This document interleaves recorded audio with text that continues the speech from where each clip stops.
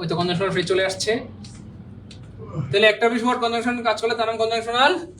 যেমন as soon as, as much as far as, and not, or rather, along with, together with, not only but also, both, and, either or, neither nor, no sooner had than. তাহলে একটা বেশি word কনজাংশনে কাজ করলে তার নাম হয়ে যায় conjunctional phrase. Conjunctional phrase.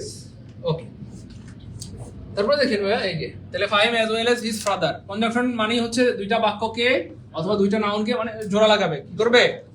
দুইটা নাউনকে জোড়া লাগাইতে পারেন, দুইটা নাউন ফ্রেজকে জোড়া লাগাইতে পারে, দুইটা নাউন ক্লজকে জোড়া লাগাইতে পারে, তাই না বলেন? দুইটা প্রোনাউনকে জোড়া লাগাইতে পারে, হি এন্ড শি, কি বলেন? এরকম। তাহলে খেয়াল করেন এই যে ফাইম এবং হিজ ফ্রেন্ডকে জোড়া লাগাইছে, তাই না? তাহলে এটা কি হয়ে গেল? Conjunctional phrase. এটা একটা ক্লজ এবং এটা একটা clause. I drank water as much as I drink. আমি ততটুকু পানি পান করেছিলাম যতটুকু সম্ভব বা আমি পেরেছিলাম। তাহলে দুইটা ক্লজকে জোড়া লাগাইছে as much as। তাহলে এটা কি হয়ে গেল ভাই বলেন? কনজাংশনাল।